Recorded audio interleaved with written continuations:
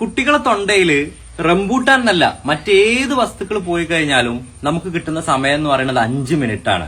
5 minute ശ്വാസം ഇല്ലാന്നുണ്ടെങ്കിൽ ബ്രെയിനിന്റെ function അത് ഡാമേജ് ചെയ്യുകയും ബ്രെയിൻ ഡെത്ത് വന്ന് കുട്ടികൾ മരണപ്പെടാവുന്നതാണ്.